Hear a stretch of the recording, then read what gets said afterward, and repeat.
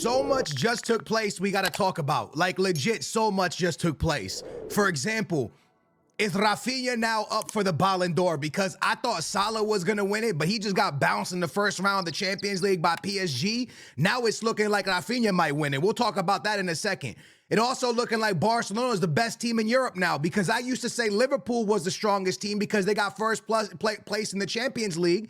And Barca got second, but Barca's on to the quarterfinals, and Liverpool got bounced. So now Barcelona's the strongest team in Europe, let's be real. We got to talk about that. There's so many things to talk about today because PSG just knocked out Liverpool, and what we are seeing is a PSG that is now a football club. This is not an Mbappe team.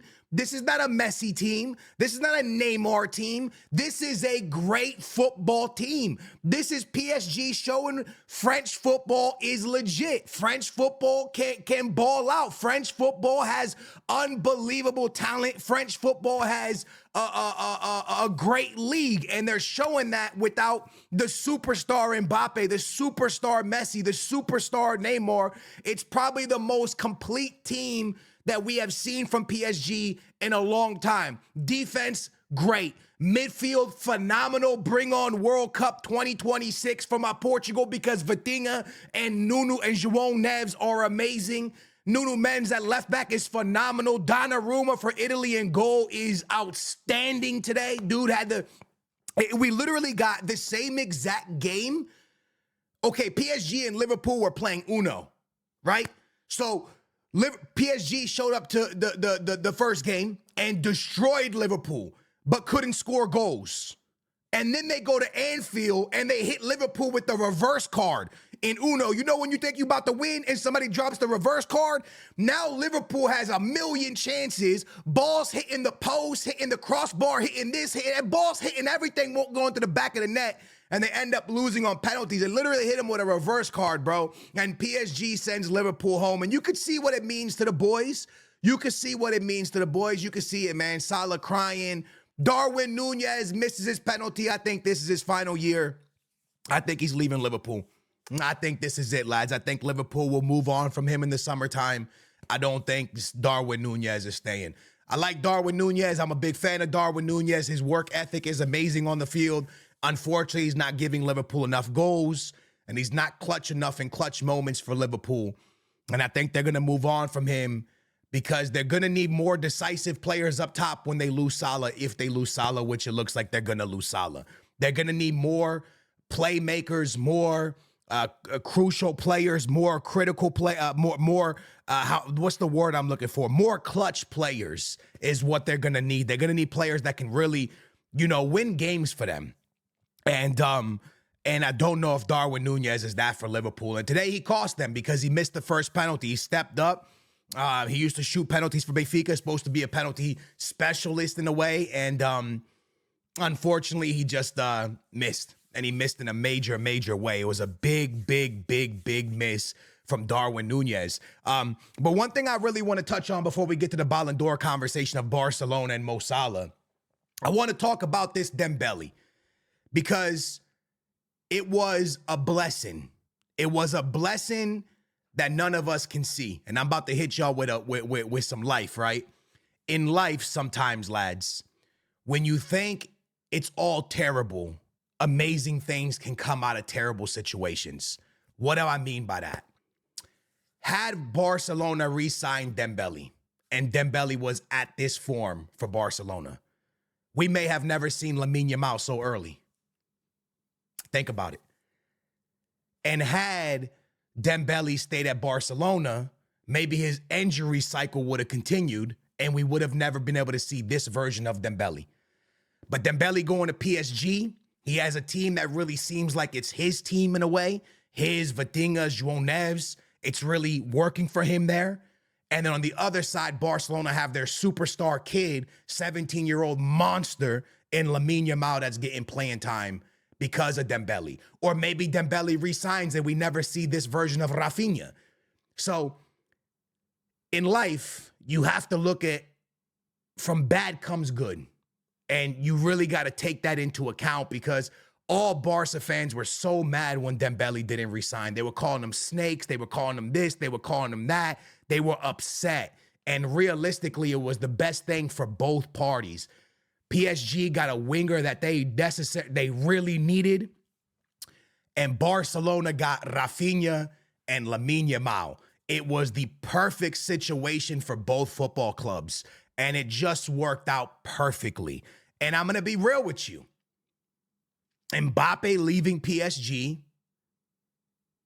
I know it's hard to hear because he's probably the best player in the world and will go on to most likely win Ballon d'Ors.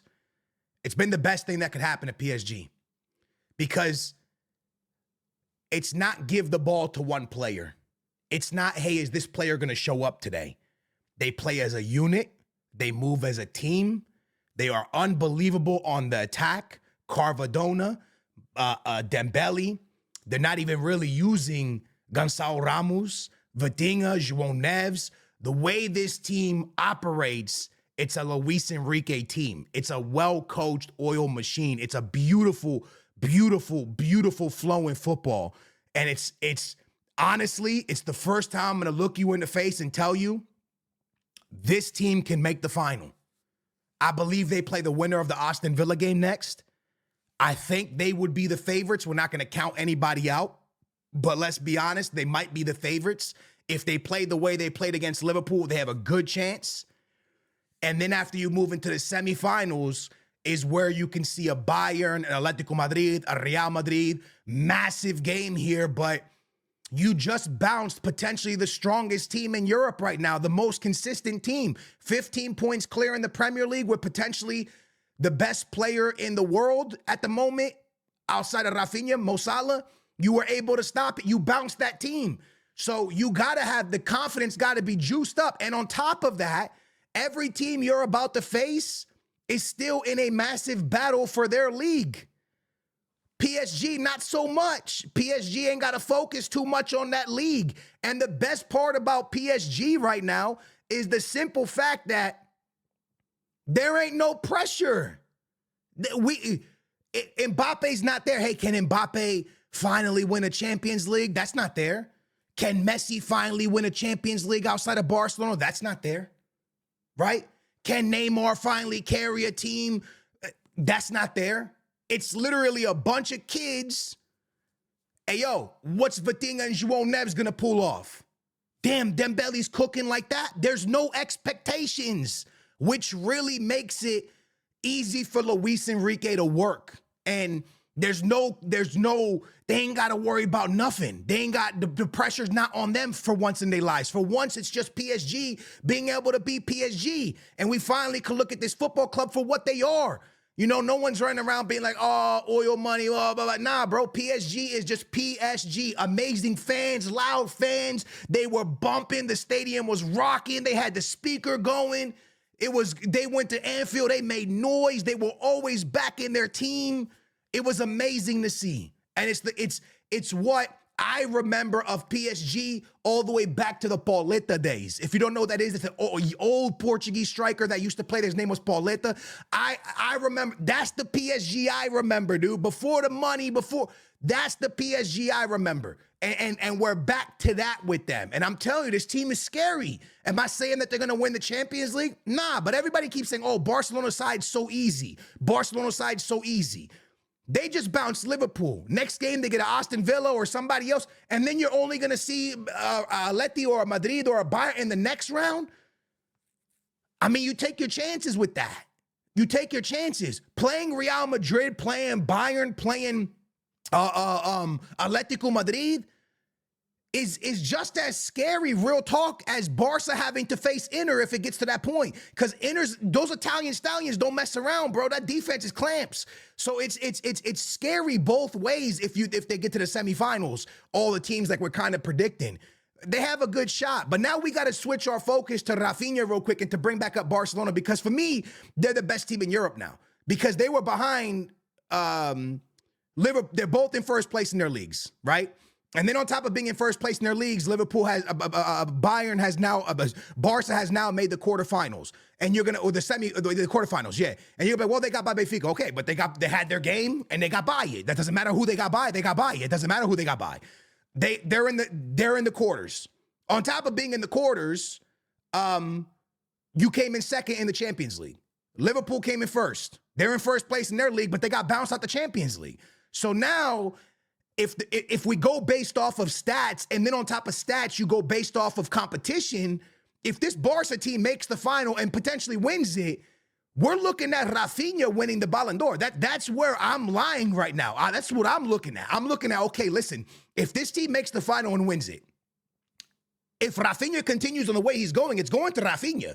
It's going to Raphinha. Now, listen, just because you win the Champions League doesn't mean you win the Ballon d'Or. We saw that with Vinicius Jr. Vinicius Jr. put up stats, won the Ballon d'Or. Rodri won it. So it doesn't mean you necessarily won it. But the way Raphinha low-key carrying Barca and the amount of goals he's scoring in the Champions League, if he gets there, we got to start having that conversation. I think I had Mo Salah in the running seat. He was driving the car to the Ballon d'Or. He was on his way, but he got a flat tire, bro. He got a flat tire, and my boy Raphinha was in this red and blue Ferrari driving behind Salah like this, looking, and then the flat tire happened, and Raphinha was like, just drove up on him, like, what's up? And Lamine Yamal was in the other seat in his baby car seat. He was in his car seat because he's so young. He still got to use a baby car seat. He's looking at them, and they probably bumping some Brazilian music, and Lamine Yamal got his speaker on his shoulder in his car seat. Anyways, all I'm saying is Raphinha is pulling off now,